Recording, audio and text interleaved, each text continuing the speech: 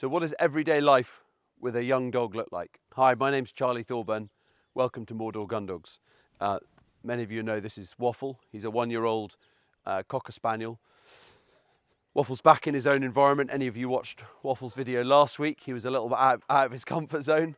Or he wasn't out of his comfort zone, but he was in a completely different environment that he'd never been in before. He proved to hopefully all of you guys how doing all this training that we promote and we advocate of getting them really good at home, really good in your simple kind of closed environment. If you do it well enough that wherever you take them, they're still going to be good. They don't just go, oh, I wasn't trained there. I was only trained in a grass field. I can't possibly behave the same in the middle of a town or a city, or Harrods for Waffle's purposes, but they do. So you put on all this good behaviour at home, you get them reliable with other dogs and chickens and cats and ducks and just the swallows and everything else we have around here, and they slot into different environments and behave just the same. So what does everyday life for Waffle look like now? He's going to become a family dog and a shooting/hunting dog in America, but he's not going to be doing that every day. So what's he going to be doing every day? Every day he's going to be hanging around the house with an 11-year-old boy. He's going to be going for walks in the woods behind the house. He's just going to be an everyday dog. He's not going to be on the lead, sitting, behaving, looking at the camera. So we've got to slightly learn to trust Waffle, okay? We've got to let him just be Waffle, be himself, pick up bits of grass, do his own thing. But know that, you know, if I wander off, he's going to generally hang around with me. Waffle, Waffle. If I call him back, good boy. If I call him back, he's going to come back and just, you know, be a dog and just be around us. He's going to be in the house. He's going to be in a crate. He's going to be in the back of a car. He's going to just get up to all sorts of different things. So we've got to just do these things every day. So we're just going to wander over to the car. We're going to get him to jump in it. We're going to get him to jump out again. You can see he's just excited, but he's just being himself, and he's just being a dog. And it's really important for everybody who's sort of taking their training and their gun dog training really seriously, is they are just dogs, and they are just family dogs, and they're family dogs who've got an activity that they do as a side hustle at a weekend, and that's being a gun dog. Waffle, come on.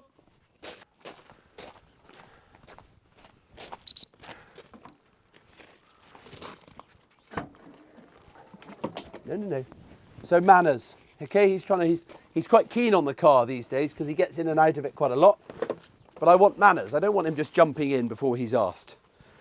Because he tried to jump in, I push him out, and I push him out until he goes, okay, fine. Waffle. Good boy. Good boy. Wait there. I want to know that if I go for, I don't know, camping, I can open the back of the car and Waffle will stay there.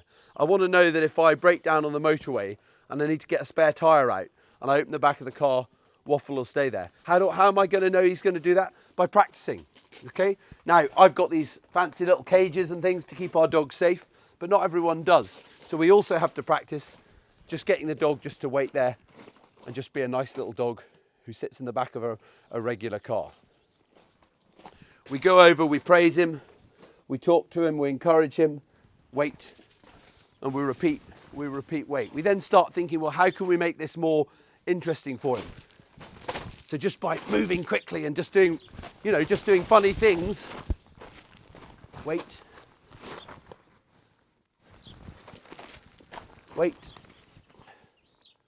We're just constantly testing him. We're trying to see what's going to make Waffle jump out the back of the car. Is it me being a clown? No, he's seen enough of that, so he's got over it. Is it a cat? No, the cat's just sitting on the wall over there, so he's not bothered by that either. So what is it that's going to make Waffle jump out? Maybe a ball. So if I roll a ball, he's interested, but not a ball. Oh, there we go. So I lost my concentration. Waffle, come here. I lost my concentration. I got too confident, and I wait, and I lost control. So we're going to do that again. We're going to do that again, and we're going to do it again and again until, wait. until he makes another mistake, and we're going to correct him, wait, and that's how we do it. That's how we correct them.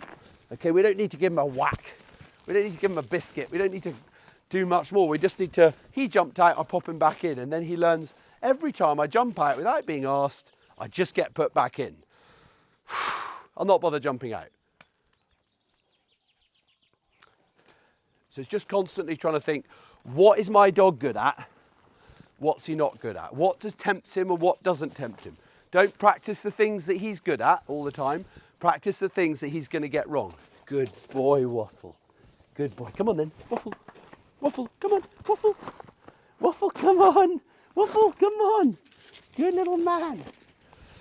And then we're just going to go for a little walk with him. Come on then. We're just letting him be a dog.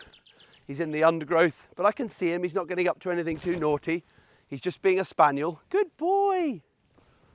Good boy. Regularly praising him for coming back, but not being too controlling all the time. So there's just making sure there's a time and a place for the control. Yes, we can make him sit. We can make him sit on the whistle. We can make him walk to heel. We can make him wait in the back of the car. But I know that his owners are not going to concentrate on it all the time, every day. They're going to just let him be a dog. They're going to leave doors open. They're going to do these things. So as the trainer, it's our job to make sure that we leave doors open. We relax. We let the guard down. But the difference is when we let our guard down, we're doing it on purpose. We're doing it as a training exercise.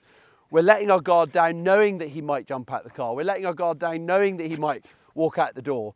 And we're ready to react when he does. We're setting up scenarios that we're in control of, that we can correct and we can prevent any disasters, and we can make sure the dog learns for the better. Now here's a perfect example. I had an email this morning from someone who's got one of our dogs, and he's chewing the skirting boards. He's a Labrador. He's just gone a year and he's not done it before. It's a new thing. And I said, well, when's he doing it? Oh, well, we went out to dinner and we left him out for 2 hours.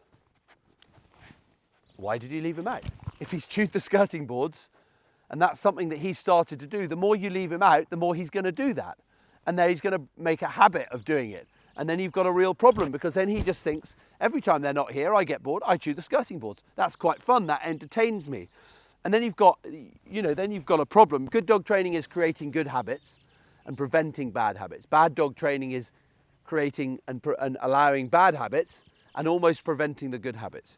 You've got to make sure that you think about how, if a dog's doing something wrong, it's like, well, how can I prevent that happening? How can I make sure that that doesn't become everyday regular occurrences? And if you leave your dog out every day who's in a process of chewing skirting boards because he's just that age, then he's going to keep doing it. And you're not going to stop him, and you can put mustard or whatever you like all over the skirting boards, and he'll go and find another bit that you haven't put mustard on.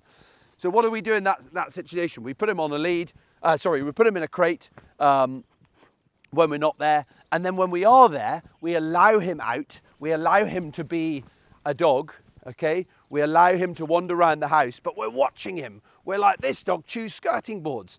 So as he goes near the skirting board, we're at the back of him, and we're waiting, and we're like, hey, don't chew my bloody skirting boards. And it's literally as simple as that. Now, skirting boards is just one thing. Running off into the woods is another. Chasing a rabbit is another one. Jumping out the back of the car is another one. There's so many of these things, but what I'm saying here is it's all about setting yourself up so that you know what might happen, and when it does happen, you're ready to react. Okay, you've always got to be on the front foot and always ready to catch the dog out, but you do have to allow them to be a dog and trust them and know that they'll run into the yard and they'll come back and check on you because you brought them up in a nice way and they're a nice little dog. So it's just getting that balance between too much control and too little control. Thanks for watching. Remember, you get out what you put in.